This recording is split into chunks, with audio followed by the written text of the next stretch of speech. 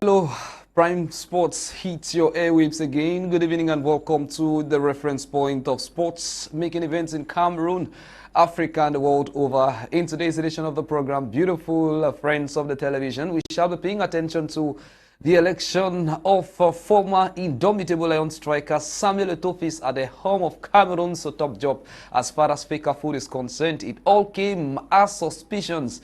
And then, of course, there were issues relating to double nationalities. We had also different complications. But at long last, what appeared to be the favorite of many Cameroonians seems to be what they want. Samuel Etoo is finally the president of Fecafoot. We shall also be looking at all of that and more as we pay very close attention to also the appeal tabled by European Clubs Association for a refusal to release African players plying their trades in different European tournaments.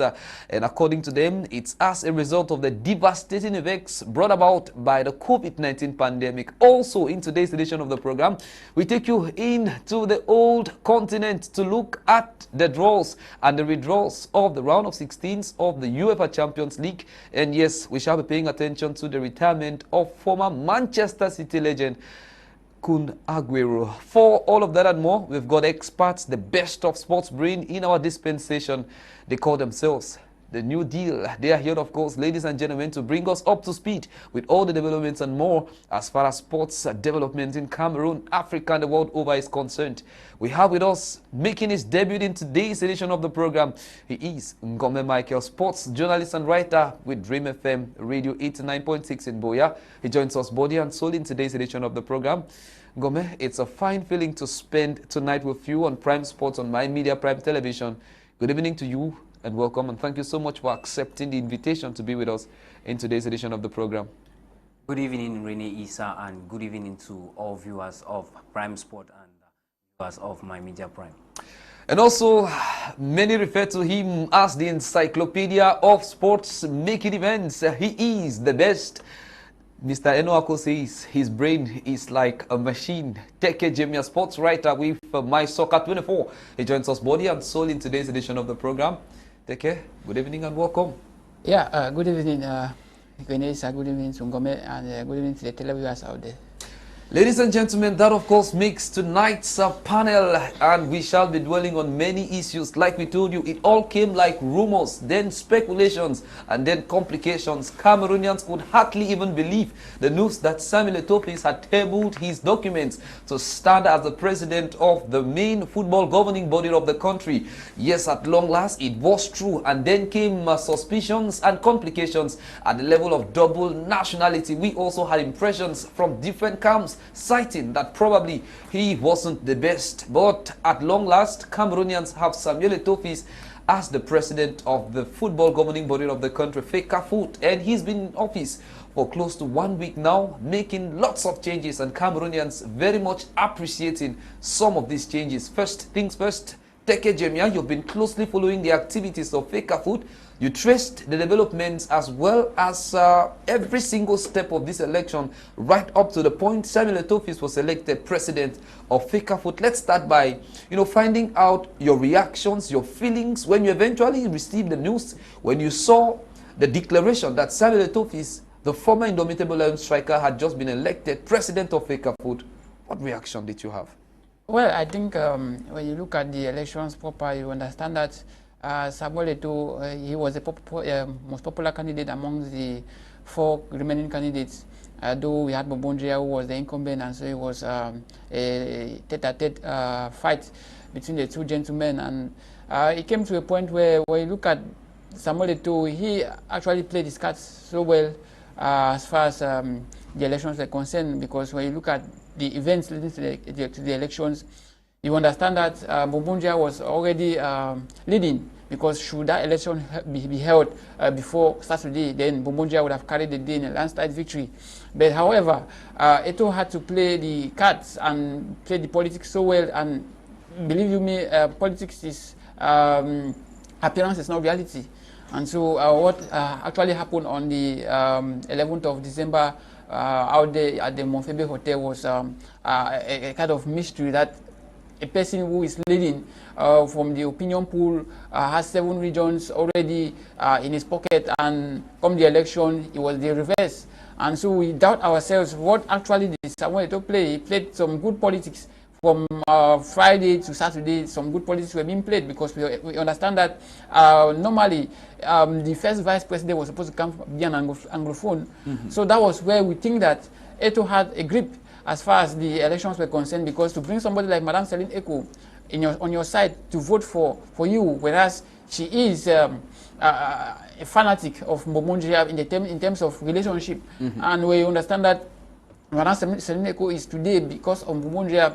You could see her successes during the organization of the Women's League, and through her, Mbonimpa had to get sponsors like the brewery company who came in and spiced in the league, gave good financial benefits to the players, and he had to polish the name of Madame Celine Eko. But unfortunately, Etoo had to buy this woman in a kind of situation whereby Mbonimpa himself could not believe. And you come to realize that even at a level of, it came to show people that some people sacrifice their position, because like I said, if you look at the first vice who was supposed to come from the Anglophones, but at the end of the day, they gave it to Madame Celine Eko, and Njalakwan Jr. had to take the fourth vice. So that again tells you that there were a lot of sacrifices. Now permit me to intercept you there, Teke Jemea. Do we have the impression that we must have a first vice as an Anglophone for football in Cameroon to be developed, or we need just the experts to be placed at the right position so that football can be developed in Cameroon?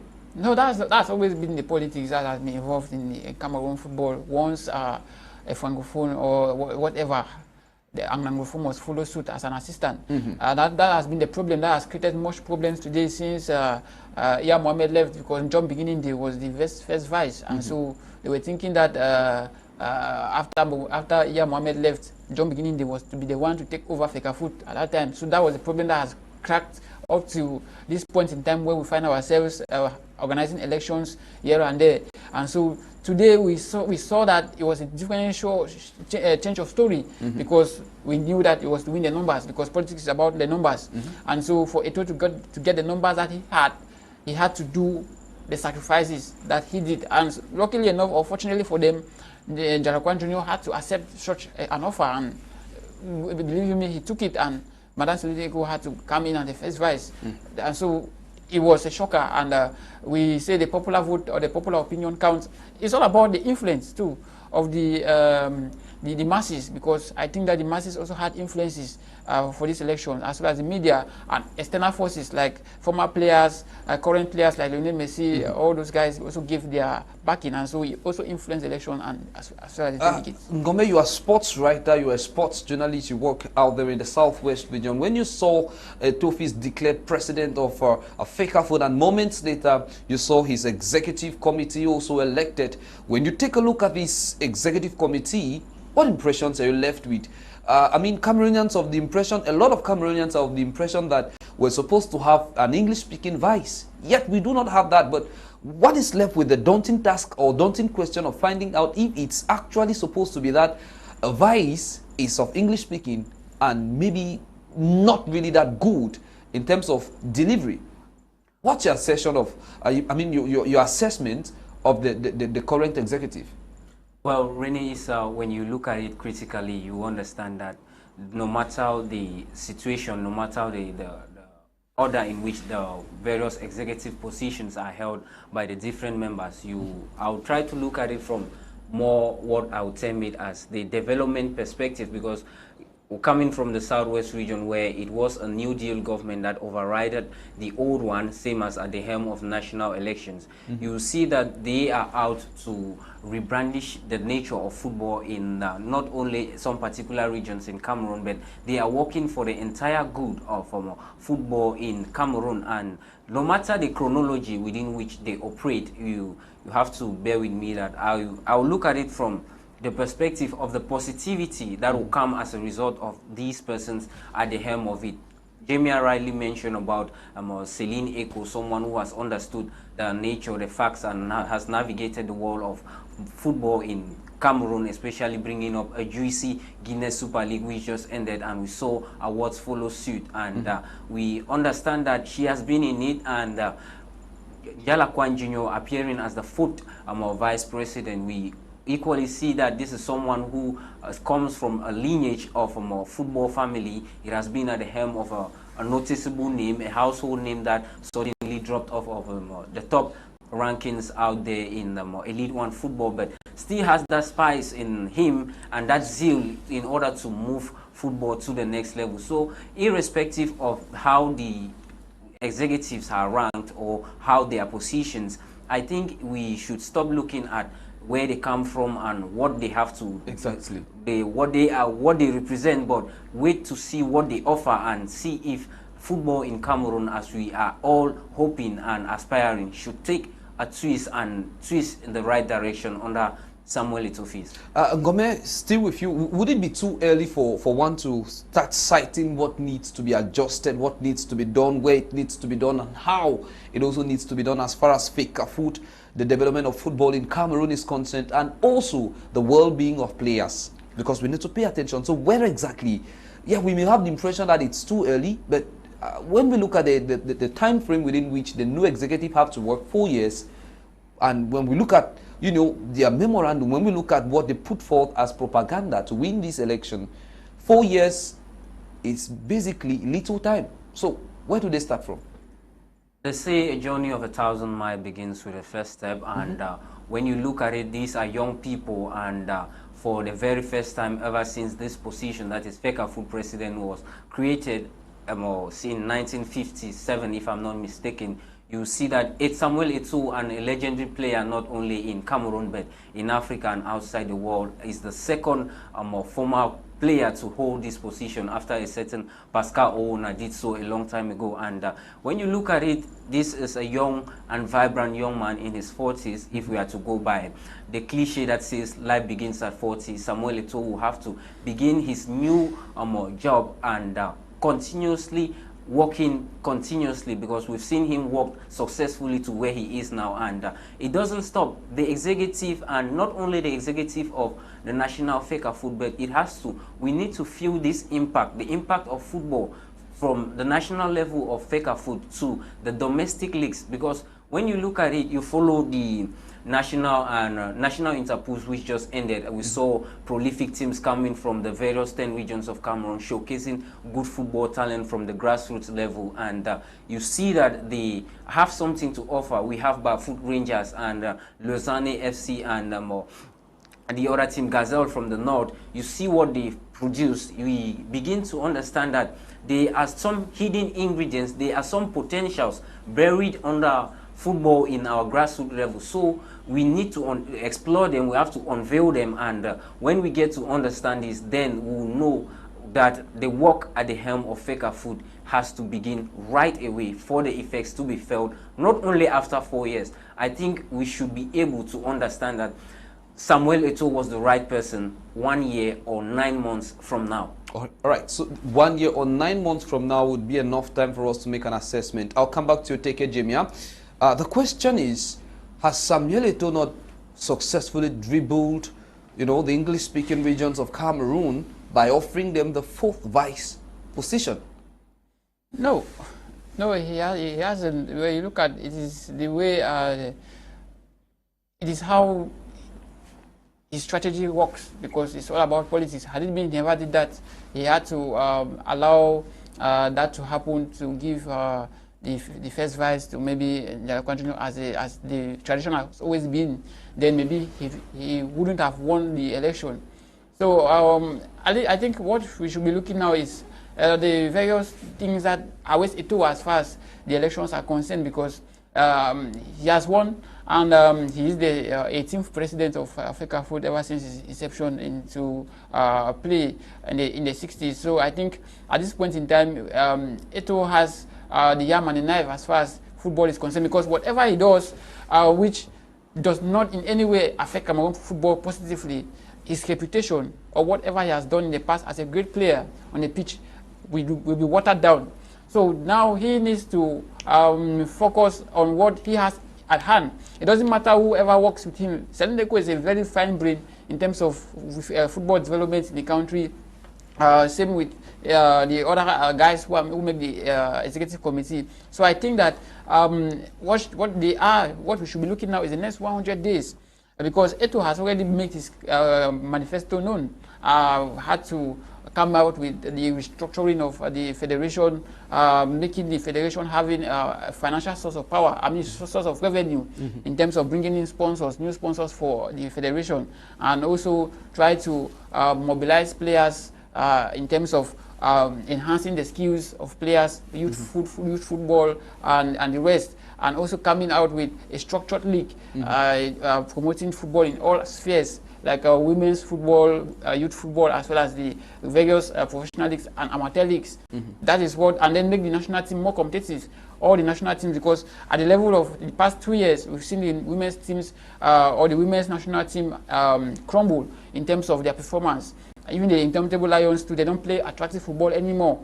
Under the days where we had the 2000s team of Boma and the rest, the 82 team, the 1990, those teams played attractive football, but the present day Indomitable Lions only live on banana peels. You have to convince Cameroonians. So he has to convince Cameroonians. So the next 100 days for Samuel Etoo will be very critical in the sense that he has to come in to reconcile the various stakeholders, especially the 2009 faction, which has brought problems to Cameroon football for the past 10 years. He has to reconcile these people because this same faction has made us to spend close to 1 billion francs CFA for court cases, which have not yielded any fruit. So that's the first thing he needs to do, to bring these factions together and tell them that this is the way forward. The second thing is to provide a task force for the various, the task force that will provide a perfect calendar for both the amateur championships, football at any level in the country. At any level, and then bring in the rightful sponsors, because at this point in time, our championship, because most people are looking at our championship, the local championship, especially the Elite 1 or Elite 2, even the regional leagues, those are championships which makes our country, which sells the talent of our country. If you look at examples of today where we have the likes of Canal Plus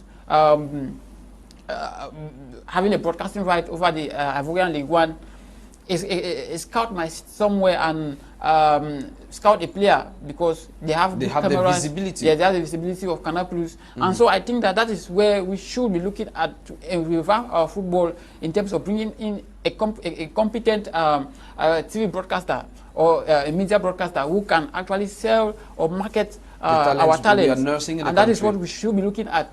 And when you look at it again, there are reports that Bein Sports is out to promote football in West Africa, and so this might be an opportunity for Samuel Etoo to hammer in to get a sponsor like Bein Sports to give us a guarantee, because we have the stadiums. After the AFCON, the stadiums will be left there and for us to use it, and so we have to use those stadiums to market our talents, because we've gone at those days where we find Cameroon players today playing in the UK, in Pakistan, Cyprus. It's because we don't have the exposure, the exposure of the media to market these players.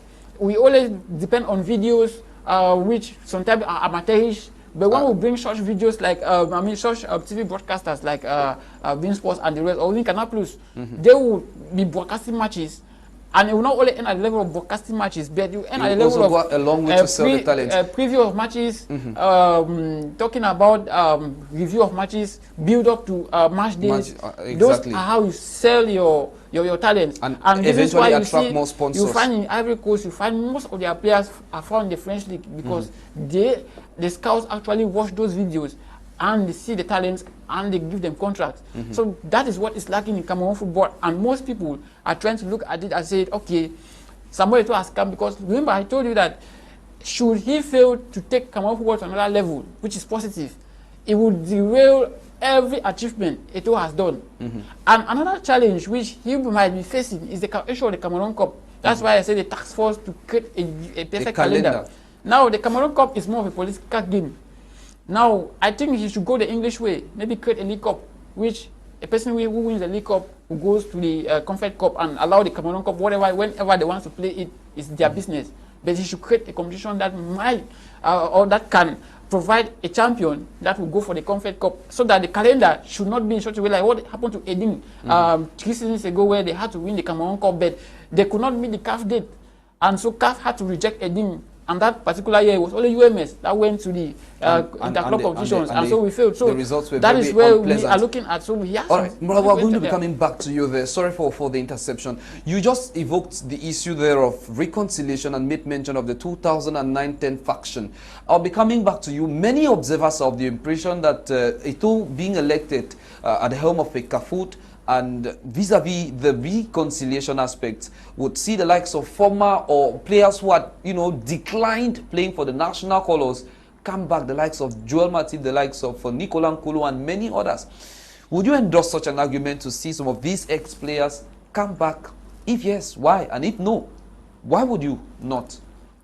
Well, Isah, I think it is time we nurture what we have and try to see if we can enjoy it and why it lasts. Because when you look at it fundamentally, just from the 40 list of consensus team to defend national colors on home soil come next month in the AFCON, you see that it is embedded and full with players full of talents, and they have the capacity and the ability to defend whatever the trophy. What about the experience? Experience, you look at the experience when we talk about experience from the defensive compartment. We see Michael Ngande and working with someone like Harold Mukudi, though on injury as we speak, but we hope that he returns before January the 9th. But we see that they combine so well as if they played before, and the experience comes in from Michael Ngandwe, and we understand that he can easily blend from both players because they have played a couple of games and the results are coming between them. So that is it. And the other compartments, the midfield and the attacking compartment, we see the likes of Mokunde Malong and Frank Zambo Angisa, and at the midfield, two players that we've hardly find them play together, but they really show they are what the salt, and if tested, I think they'll deliver. So what I'm literally saying here is, if we stand with what we have and try to develop it under the Samuel Etoo regime, I think we'll have to go with it.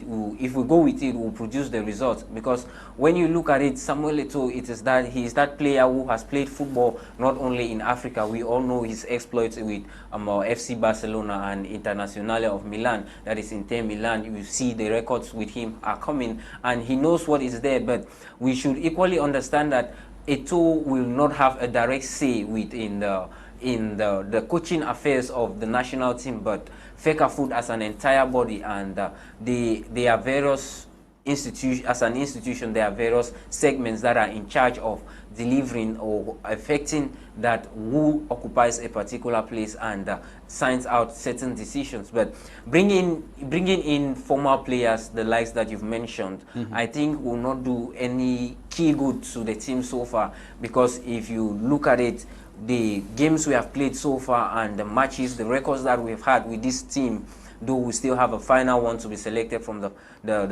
shortlisted 40. I think if we nurture this, they are young players, the experienced one are there, Vincent Abubakar, Carl Toko Ekambi, and the working with the young kids that are, the young men that are there, pardon me, I think it is a team which, if we nurture, like I said, and stand behind it, we'll get to enjoy the benefits, not only in 2 or 3 years to come. Jemea, Teke, we're going to return back to you to look at Etoo's administration already at the level of Fecafoot Chinga head office there in Yaoundé, where some workers, according to reports from credible sources, have been asked or were asked to stay out of the premises of Fecafoot, given that they return to work after the time, given by the current president of Fecafoot. What would be your reaction? Are we seeing that change, that sudden change, which many Cameroonians have clamored for? Are we seeing it come, or is it, as we would always say in Pidgin, a small picking collars, it is sharp now for morning? No, he has come in with his own ideas, and every leader has his own leadership trend, and he has come in. He's a footballer, and once you have a training at 7 a.m., you must be there at 7 a.m. to train, and so that's the mentality he's taking as far as the administration is concerned. Yes, there's a sharp difference between playing football and football administration.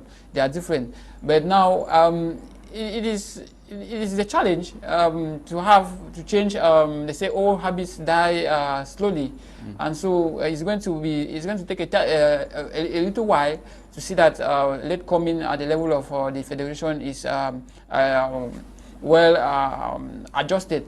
And if you look at the level of, yes, Ngome said players is going to inspire players to come into the national team. We are looking at the young players because when the incident of Mozambique, Cameroon-Mozambique happened, when we arrived at 5:30 to play a match at 2 p.m., we saw young players who came in like William Saliba and the rest saying that they were not going to play for Cameroon again because what they saw was also unprofessional, and with their mindset of the European Eurocentric view of football, you can't expect such a player who is so young. He's I think 19 years of age, and that's a player for the future for Cameroon football. But he's outwardly saying that he doesn't want to come to Cameroon. So this might affect his decision again in future to come and play for the Indomitable Lions, because he knows that the person who is there is a role model in terms of the game, and so he will be coming there to see that he defends the colors, and because he knows that Etoo will have a good management skills. He knows what it takes to be a footballer. He knows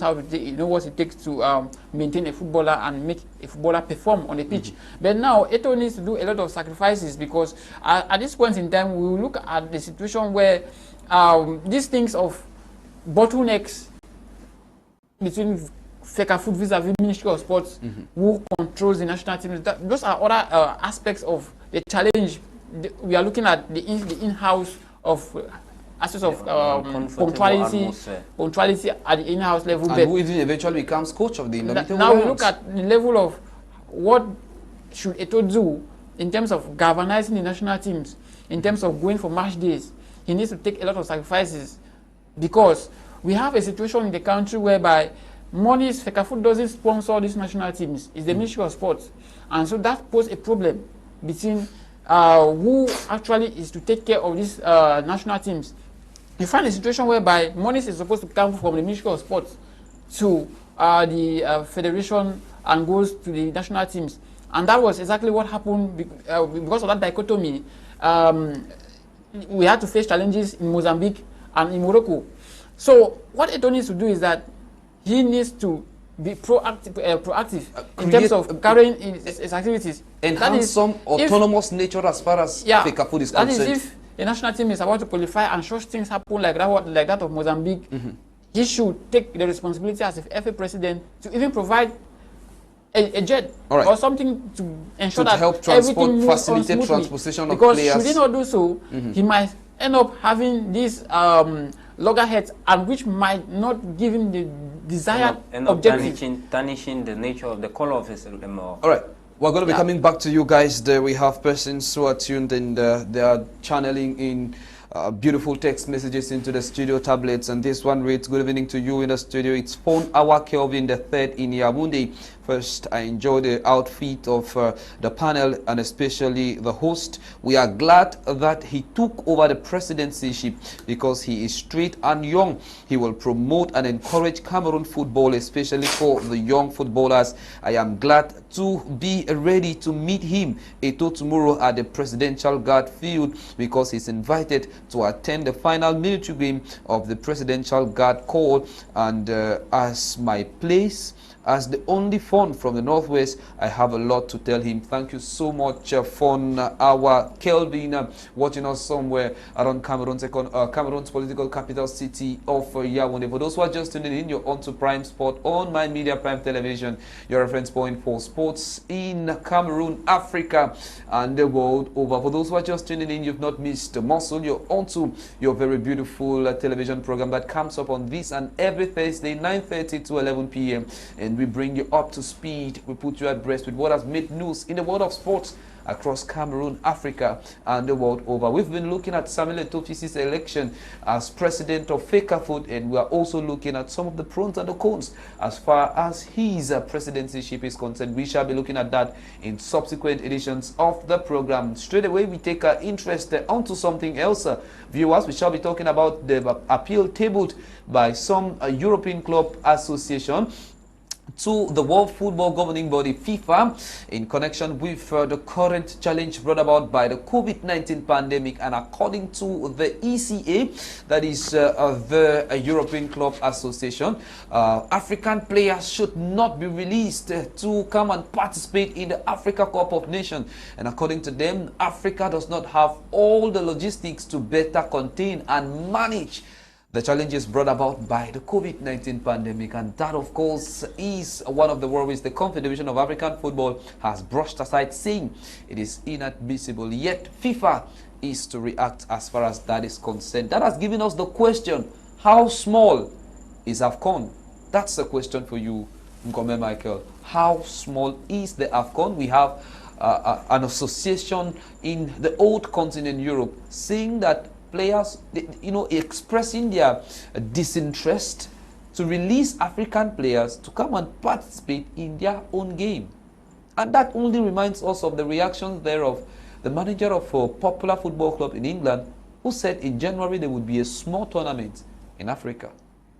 First things first, Bishop Rene Isah, when we look at it, the main thing I would like to highlight here is that irrespective of the fact that the exposure the African Cup of Nations is having so far is not up to standard as compared to other European international tournaments, I would like to correct the view that it is a small competition, because we are talking about 54 member associations at the helm of FIFA, and these are countries that have one of the greatest and upcoming talents in world football. It will be erroneous to refer to it as a small competition, because it is from these competitions that we have the likes of, we have good players, we have reference players that ply their trade, and they have been paid huge sums of money out there. They are being paid huge sums of money out there in Europe to defend clubs and other franchises out there in Europe for just because of what they showcase during and after the African Cup of Nations. When you look at the release by ECA, I saw it with a lot of disdain. I welcome it with a lot of criticism so far, because it is bringing in this aspect. I'm looking at the future of what this reaction might be bringing to African football. You should note that this is not the first time European clubs are using they are acting under the banner of this pandemic. We know the pandemic is real, yes, of course. But when we look at it, you see that European clubs are hiding under the confines of the COVID-19 pandemic to indirectly influence the outcome of African football. First thing first, remember when Cameroon was beaten in Praia by the Blue Sharks of Cape Verde by 3-1 in the AFCON qualifiers back in March. You see that the game Cameroon lacked that composure despite the climatic condition. It was because most of our players from the national teams residing out there in France were withheld, and in other parts of Europe were held by their clubs with respect to the COVID-19 pandemic and other international travel restrictions. And after that, we didn't have any response, any mitigations or any decision from FIFA to see how to breach or to come in with on an accord, an agreement between these two factions, and that is coming in again for a third time, as far as I'm concerned. One may want to see reasons with this new appeal by ECA, giving the latest variant of the pandemic or the virus is in Africa. I think it is being selfish by ECA, because it is a pandemic. Nobody wished for it. Everybody is feeling the brunt of this the COVID-19 pandemic. But when you look at it, we should not be selfish about it. The white men are trying. The white men, permit me use the statement, the white men, because when you look at it, they are being one-sided in their decision. They look at the impact it will have just on the impact it will have on the club and the player. That's all. Doesn't mean because a player plays for a national team, he or she should not report to plays for a club, rather should not report to a national team. That is the question here.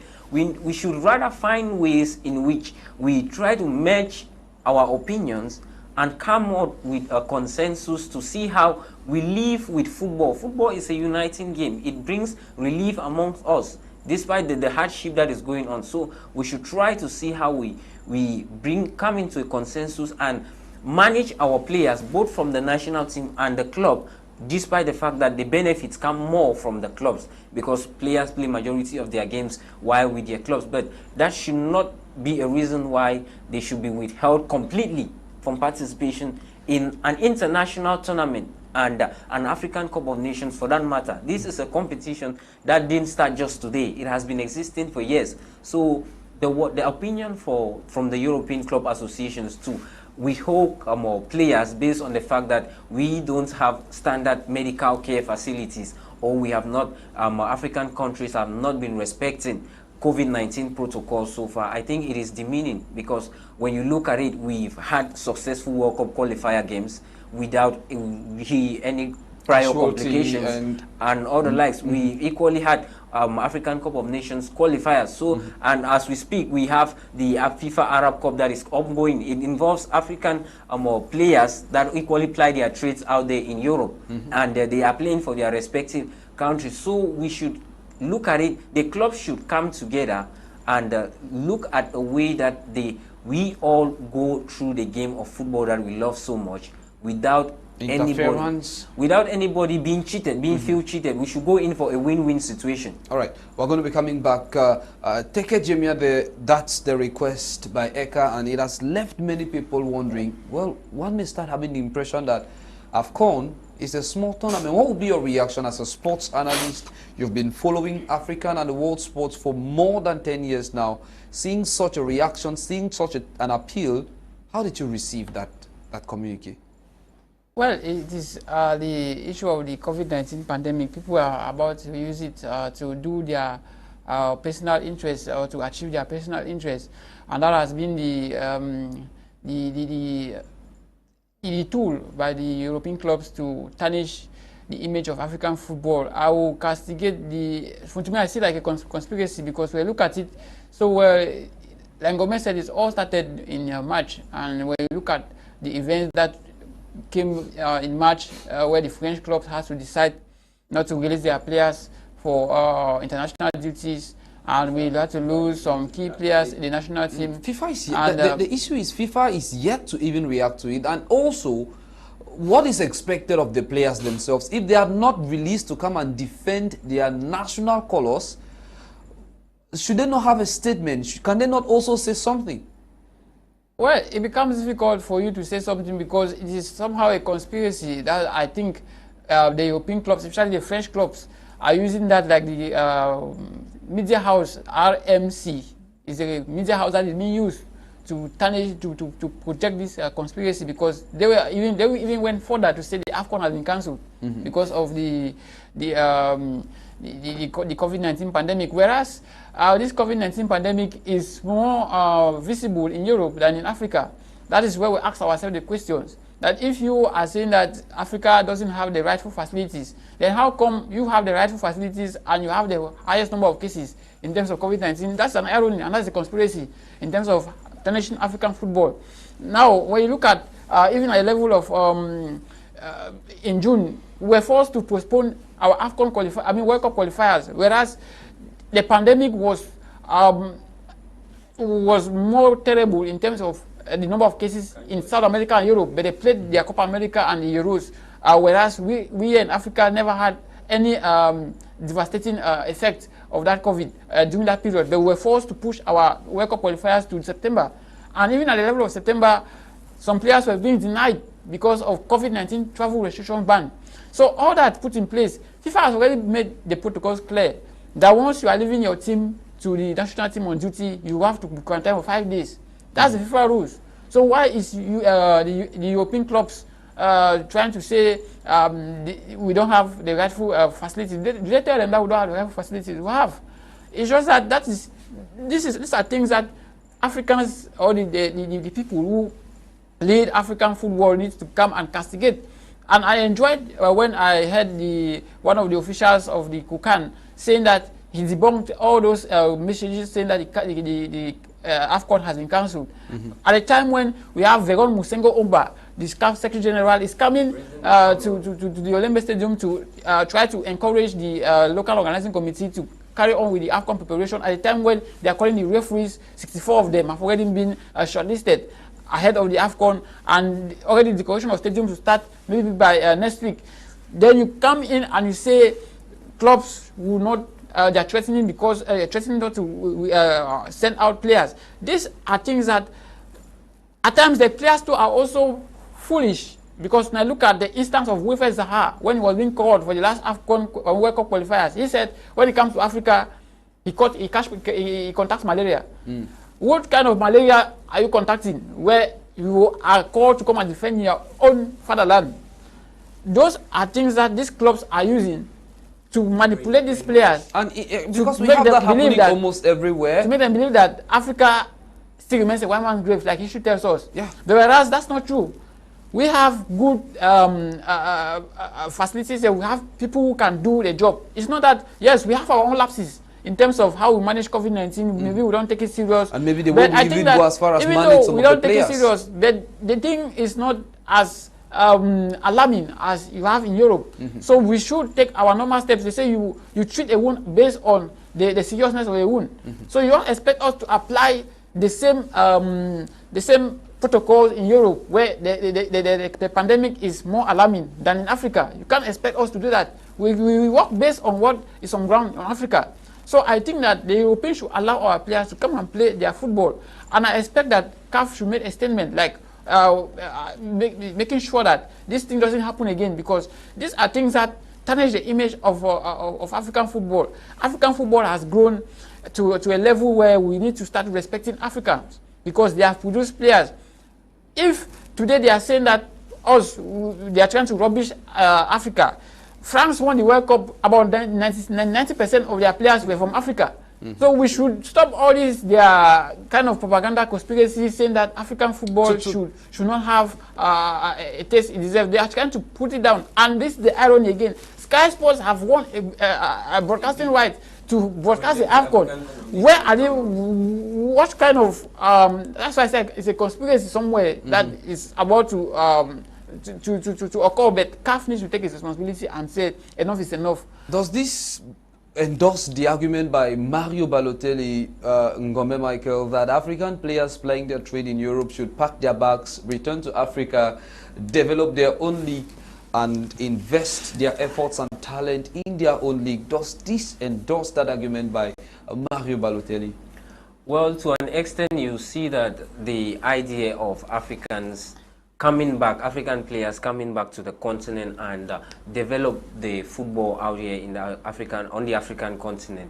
It is not only advanced by the Italian star who happens to be an African by origin, but equally defended the colors of the Azuris out there in Italy. But when you look at it, I think it is not time for them to withdraw. We enjoy seeing them playing out there in Europe, but we think it is football. It is a systematic game. It is a body. It is a business. It is an institution that comprises offices that make decisions. I don't understand why clubs would push for such harsh decisions on national teams, and the World Football Governing Body, FIFA, who says operates under the rule fair play, is yet to react to it. Once again, I'll say it is an international competition. This is a competition where the health challenges, like Jemea said, we have Motsengo Omba in Cameroon, we've had Patrice Motsepe, the president of the Confederation of African Football in Cameroon. And as we speak, there are measures going on to see that the spread of the COVID-19 with the new variants that are appearing should be limited while we welcome 24 teams in these beautiful competitions. So I don't see why people will go about, and clubs, like I said, they are selfish because they want to keep the talents all to themselves, which that should not be the case as we speak. And FIFA is yet to react to this. One other more instance which just happened during the World Cup qualifier, Mohamed Salah of Liverpool failed to play against a game against Angola in Egypt just because of travel restrictions between the UK and Egypt, which was considered a red zone. A similar situation occurred between Brazil and players from the same Liverpool, Fabinho and Alisson, the two goalkeepers, the goalkeeper and the defensive midfielder. But if you look at the reaction, the Egyptian Football Association in the relation to the Mohamed Salah situation wrote to FIFA to see into to mitigate between the association and the club in question, that is Liverpool. But little was done to that. And when players left Liverpool for South America, where the COVID-19 situation there is hyper alarming, if I may put it that way, the club, the country, Brazil, stood down and held the players for an extra day or two, more than expected, under the same banner of COVID-19, which Mohamed Salah was not allowed to travel. He only joined the squad in Gabon to play, which Gabon was due to the fact that Gabon was not part of the UK's red list. And we see that the argument put forth by the Brazilian Football Federation was channeled to FIFA, and FIFA had to mitigate between the Brazilian Football Federation and the government of the UK. So we begin to question if some member associations under FIFA are more important than others.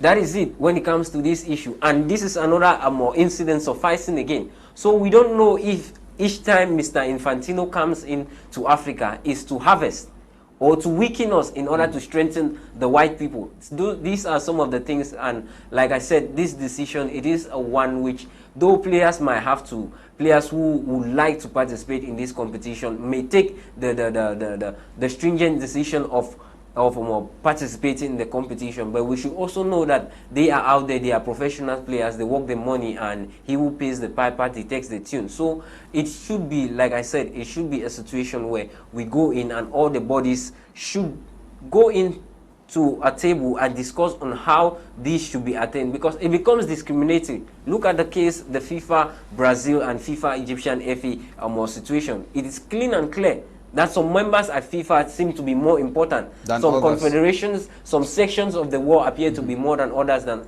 which that should not be so under the banner of FIFA, which appears to be fair play. All right, we shall be coming to that in subsequent editions of the program, beautiful friends. For those who are just tuning in, you're on to Prime Sport on My Media Prime Television, and of course we've handled chapter 1 and 2 of our victory today. And up next, we shall be taking you into the old continent, where we pay attention to Monday the 13th round of 16 draws of the UEFA Champions League, and lots of controversies arising after the draws. In fact, we should be talking about the draws and the redraws, with the likes of Real Madrid expressing some discomfort with their own draw. We shall of course be looking at all of that and more, and just to remind you of the different fixtures we have as far as those the draws are concerned. We shall be having the likes of Salzburg featuring against Bayern Munich, while Sporting CP would measure football strengths with Manchester City. Benfica is expected to come up against Ajax of Amsterdam. Chelsea will be taking on Lille, while Atletico Madrid will be taking on Manchester United. Villarreal is expected to show football strengths with Juventus, while Inter Milan would of course be meeting up with Mohamed Salah's Liverpool. And yes, one of the most powerful encounters would be when Lionel Messi's Paris Saint-Germain comes up against Real de Madrid, and many say it is Messi coming up against Madrid one more time. It seems to be another clash of the Titans. We come to you, Jemea Teke. You also are one of the followers of European football. You love it a lot, and you know all the stakes that surrounds. Let's begin by understanding why the controversies around this particular round of 16 draws. Why these controversies? Well, it's things that happen. They said there was a ball, the United ball was not in the pot, and so they never had to meet a team like Villarreal because it was from one pool, and they draw United, giving the likes of Paris Saint-Germain. At one point in time, it was somehow controversial. This game comes to give us the statement which was made by former FIFA President Sepp Blatter, who said some of the balls were cold and some are hot. So when you go there, they will tell you pick the one that is cool and this one that is hot. So it is something that is a draw, and controversies might happen because they are controlled by human beings, and so it had to happen the way it happened, and they had to take the draw back. Though the future of Chelsea was not altered, it had to be maintained, but that of Inter Milan against Ajax, which had already been programmed, had to change, and Inter had to go loggerheads, but with Liverpool, and United versus PSG had to go a different way, and Messi now going to meet now the old enemy, which is Real of Madrid. So it is something that we must try to avoid. It happens at times in football that things doesn't go the way as planned, and UEFA has learned their lessons. I think that it's not only in Africa where such things happen, but also in the highest advanced areas, such things also happen. But we will look at the fixtures. It will tell you that the fixture of the draw was Manchester City. PSG against Real of Madrid. It's going to be a tough tie. A former legend returning back to Real of Madrid. I'm talking of Sergio Ramos, even Carlos Navas, to also be returning back to the Santiago Bernabeu. And so it's going to be a fight to finish. And Messi facing back the old enemy, which he has been a tone of the flesh to that same old enemy. And it's going to be a big game. We do have teams like Man United, Chelsea, Man United, Atletico Madrid. Yeah, it's going to be a balanced fixture because when you look at the teams this season, you understand that Atletico, they were not on top of their game like previous seasons. But credit to Diego Simeone. He has really tried to build a team. He has been one of the longest serving managers in present-day football. After he had the likes of the Arsene Wengers and the Alex Ferguson, I think since 2010, he has been there for the past 10 years. So he's one of those managers who have held the club for a long period of time, and so he deserves some credit. But the Atletico of this season did not really. We're not that impressive. They had a tough group with AC Milan, Porto, and Liverpool, and they managed to finish second in that pool with a huge gap margin because Liverpool won all their matches, and so it was very tight. But playing against the Manchester United side, which they revived after sacking Ole Gunnar Solskjaer, bringing in the German tactician, I think it's going to be a worrisome one for them, knowing quite fully well that they are going to play their first leg at in Spain at the stadium out, Metropolitan Stadium.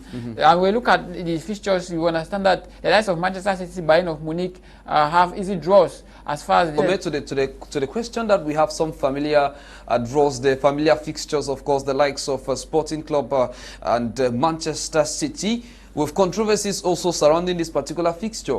What would be your reaction on that? Does it seem like particular clubs get particular opponents as far as this stage is concerned? Well, if you look at it, I welcome these draws with a lot of excitement, because when you look at the likes of Juventus facing Villarreal, if you go back to the records, which I stand corrected, you look at it, the past 2 or 3 seasons, you see Juventus have always been in trouble when they face teams that we value, and we are easily twatting them to be small, and which that should not be the case. Look at Manchester City, their last group game, though it was a game of no stakes, but they lost 2-1. The mighty Manchester City under Pep Guardiola. So it is going to be a fascinating encounter, and I don't see any reasons for the complications so far, the rising worries, because when you look at it, it is a pure game of football. We all love club football, and the way it is being played out there in Europe. So I think every team has to work. We are talking about February next year, and it's quite enough time while we pray for injuries not to happen to, no club should have injury crisis and all the like. So I think it is a game, we take it the way it appears, and football is justified on the green turf. No one knew Ajax of Amsterdam back in the year 2019 would pose a great threat up to the extent where Tottenham Hotspur under Pochettino, who is currently in France, eliminating them and taking the side from the North London side to their first ever Champions League final. So that is just it. And when we go by the archives, we have to welcome it this way to see what another trend, because we all know the mighty Chelsea will be going against a side that on paper appears to be little, but when you look at it, the content of Lille, you never know what they can produce. Let's look at a very interesting fixture there, the likes of Inter Milan against Liverpool, of Sadio Mane, and of course Mohamed Salah. When you look at such a very juicy fixture, I mean, what should be expected out of such an encounter? Well, I think it is one of the very fierce fixtures out there for the next stage of the UEFA Champions League. Inter are coming in hot from the fires of winning the Italia Serie A. And Liverpool, as per this season, you see them on a fine form. They have just a single defeat so far, and they have been unbeaten in Europe. And everybody expects that the strings continues and both teams be on fine shape. It is one of those fixtures that even those who are out to stake the game will find it hard to see the balance and the loopholes between the two teams. But like I said, the game of football, it's only decided after 90 plus minutes of play on the green turf. Certainly, that would be the time the decisions are known. Friends of the television, we shall also be looking at European football still within the context of the Champions League. We pay attention to Manchester City, who seemingly are going hitch-free this season without a natural striker. And that's because of the exit of Sergio Kun Aguero, who yesterday announced his retirement owing to health challenges. Manchester City's legend had one goal for Barcelona before his retirement, and it was all emotional out there in Spain, which also saw the displacement of Pep Guardiola from England to Spain to witness the ceremony, and it was quite an emotional one. Sergio Aguero there being consoled by the likes of Xavi and Pep Guardiola. It's quite a sad thing for the football family. Teke Jemea, Sergio Aguero quits the stage of football forcefully as a result of health challenges. Your reactions? Yeah, it's actually painful to have a striker of his caliber to quit the stage at this early moment. Though yes, he's at his 30s, and we expect him to play as long as the likes of Etoo, Drogba, who were good strikers in their heydays. But it's health issues, and we have seen that there's an evolution of football in the yesteryears where players who have had problems. I remember the case of Patrice Lumumba of Baltimore. At one point in time, he was revived because he was actually dead. So he was revived at one point in time. But when you look at the stage, he's not the first player to be on forceful retirement. The likes of Iker Casillas, when he left Real of Madrid to Porto, he made just 2 seasons and he was diagnosed with a heart problem, and that again, he had to be forced for retirement. Because when you look at the trend, we cite the likes of Marc Vivian Foué, when he actually died on the pitch for similar issues. We look at Sheikh Tiote, who also died for similar issues while on training. Series of players have gone through that way, and so it is high time for. I enjoy the way the medical team puts it. They were so proactive. They had to diagnose, because at that game against Alaves, where they drew 1-1 in October, he left weak and lazy at one point in time. And so since he was diagnosed, the doctors had seen it, and they said they started looking at the uncertainty of the diagnosis. And so luckily enough, it became rumors that he was going to announce his retirement from football. And it had to be a reality yesterday when he announced that painful retirement in an emotional press conference out there at the Camp Nou. And he's a pretty great player who began his career in Independiente in Argentina, 2003 to 2006, before leaving to the likes of Atletico Madrid, where he scored a couple of goals with Atletico Madrid before coming out to Manchester City, where he made his name. Almost 10 years at the level of the club. He could be remembered for that Aguero goal. The famous Aguero goal by Martin Tyler. Yeah, so he scored 260 goals in some 300 plus appearances for Manchester City. He was a true legend, a record top scorer for Manchester City, and the fifth or the fourth top scorer of the all-time Premier League goal scorers, which he breaks the Real Madrid record of 176. He breaks the record and he pushed the Real Madrid to, I think, the 5th spot. So he is actually a legend in the football milieu, and he scored 42 goals for Argentina in 101 appearances. So he made his name for himself. He has achieved something. He was a part of the team that won the Copa America just a few months ago out there in Brazil. And so he left good memories to remember. His brilliant goals from out of the 18-meter box, his distance shots, his brilliant goals, his crucial goals that he scored. I think with a couple of 5 Premier League titles, 6 League Cups, 1 FA Cup couple of community shields, one in his cabinet, and the Copa America. I think he achieved something, and winning the European Super Cup in 2010 with Atletico Madrid, as well as the Europa League in 2010. He won almost everything, but they was looking for that Champions League final, which he was being put on the bench by Pep Guardiola just a few months ago against Chelsea. But he came back and he came in and created an impact as far as that game is concerned. So we say good news to him. He has done noble for football, and he will be remembered for his good exploits and his goals that he scored as far as his playing career was concerned. Right. I mean, Ngome Micheal, the football community is definitely still in tears. Not that he has quit the scene forever, but of course would not see him on a pitch again. Many observers are of the opinion that if Aguero had been in good health the last time Argentina featured in the last 2 World Cups, Argentina might have clinched the trophy, giving his good form, goal scoring records as well, giving his activeness and also participation in the team. Would you endorse such an argument, and what does Argentina stand to miss in the next World Cup? I mean, Messi is almost also out of the stage, and there is no active striker as far as Argentina is concerned at this minute who is at that form and who can live up to the standards of Sergio Aguero. What do you see? Where do you see? What are the stakes to consider for Argentina in the next World Cup? Well, if you look at it critically, we know that European football and football outside Africa has this natural phenomenon of players taking responsibility. It is a good set of players, that is, I mean, Sergio Kun Aguero and Lionel Messi. They have sacrificed a lot and given Argentina their first ever Copa America in quite a long run. I think it is really a good set of duo, and their combination has been good. But when we talk about missing it, I don't see so, because we have the likes of Paulo Dybala, who is upcoming and he's fine and prolific out there with Juventus in Italy.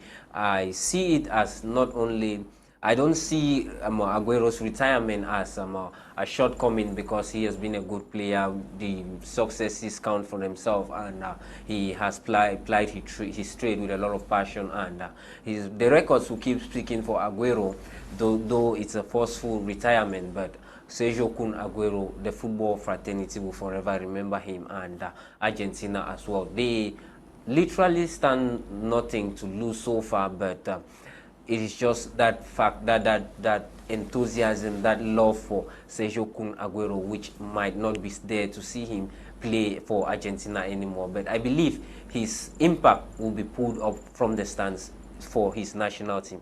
We're going to take some reactions there in the studio tablet, and we have this text message from Yengo Promise Star, which reads, "Good evening to you all in the studio, the panel especially.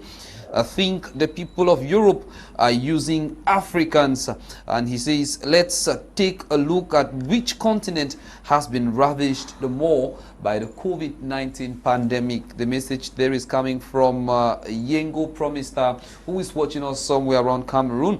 And we also have this other text message coming from our own household name football consultant and one of the best sports brains we have in the country, Mr. Eno Ako. And the text message reads, "Klopp's comment is well placed. As a European, a cow doesn't lay eggs. Let's develop African football."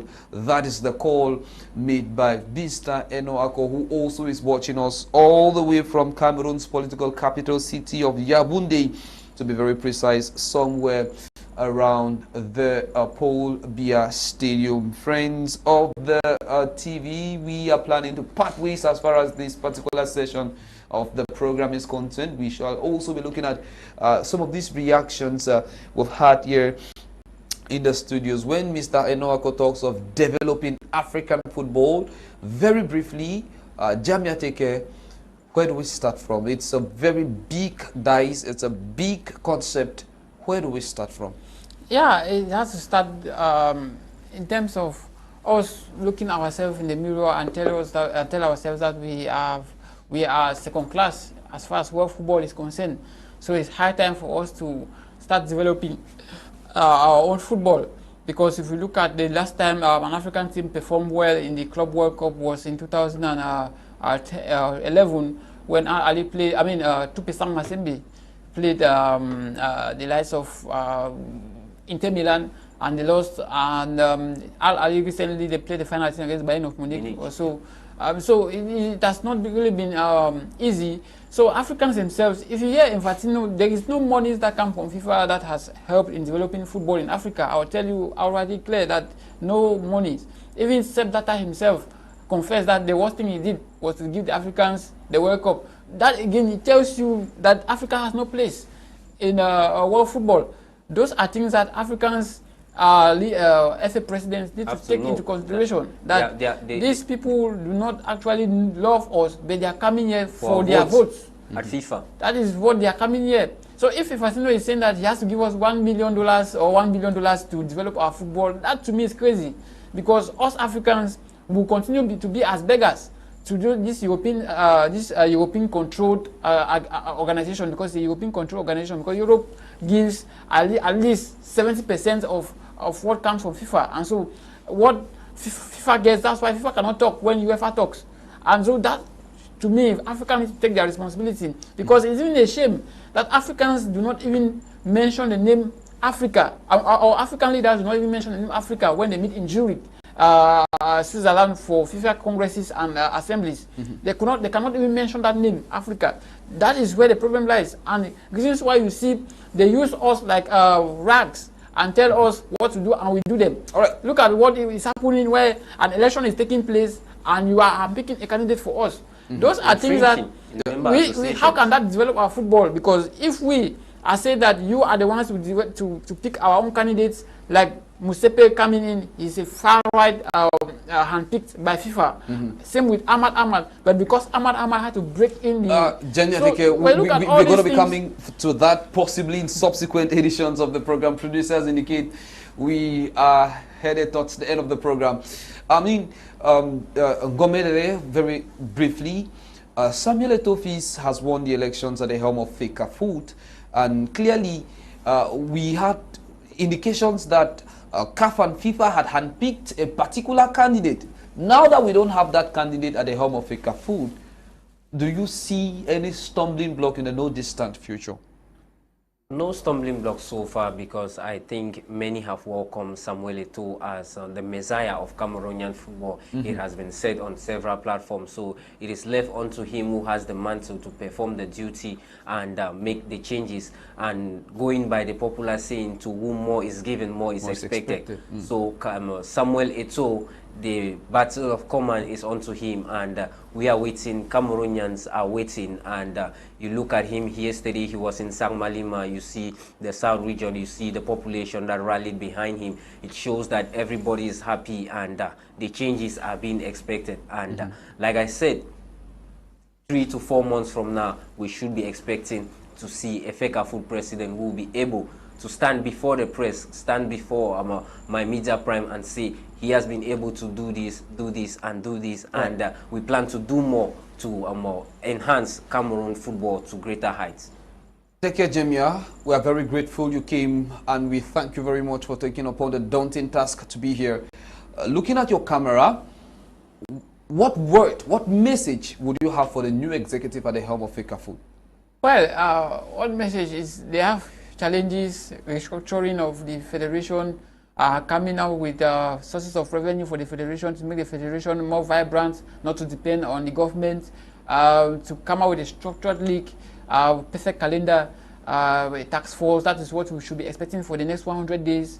To do a reconciliation between the 2009 faction, because we've spent 1 billion francs for court cases, but no fruits have been heaped, and so those things have to be put in place, and then it's to work in synergy with the KUKAN, the local organizing committee, in the bid to organize a successful AFCON, and use this AFCON to lobby for sponsors, because it's people like Sky Sports are coming, Bein Sports, to come and cover or broadcast at the AFCON. That is an opportunity for us, for them to sign some deals with those TV broadcasts for a ride, and see that our league is well marketed. And also our national teams, we should ensure that our national team qualifies for the World Cup. Those are some of the things that we need to expect from Samuel Etoo in the next 100 days. I think that will be at the period of February 28th or so.